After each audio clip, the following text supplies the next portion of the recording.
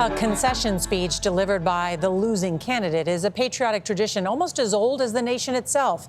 And as we just saw with Vice President Kamala Harris, it often represents the most difficult moment of a politician's career. But as CBS's Mark Strassmann shows us in tonight's Eye on America, it also serves as part of the bedrock of our democratic process.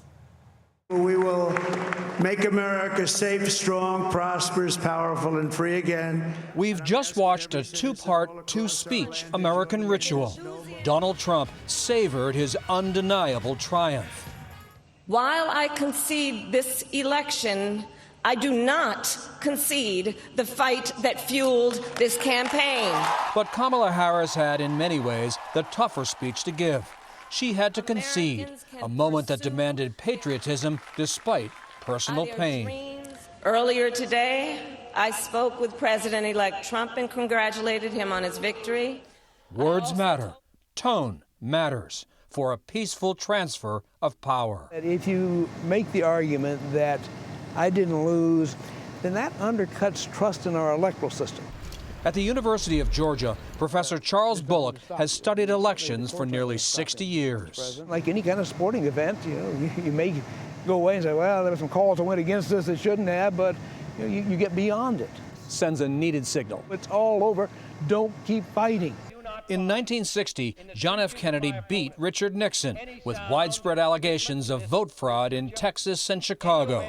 Nevertheless, Nixon conceded. Once the decision is made, we unite behind the man who was elected. It was a moment where Nixon put country above self. Right. It was very much of a noble moment. Yeah, he did not continue to fight it. In 2000, George Bush beat Al Gore by just one electoral college vote after the Supreme Court, in a 5-4 decision, stopped Florida's recount. While I strongly disagree with the court's decision, I accept it. I say to President-elect Bush that what remains of partisan rancor must now be put aside.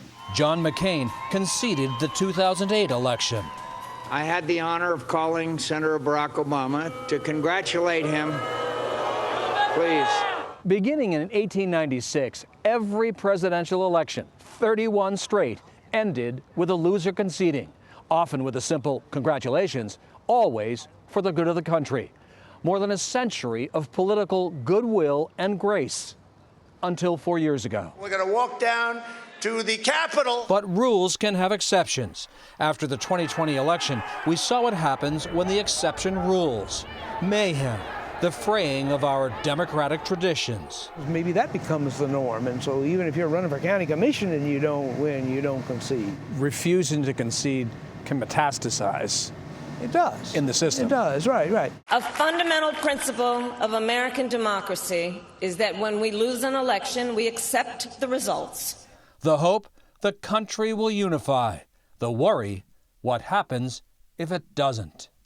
For Eye on America, Mark Strassmann in Athens, Georgia.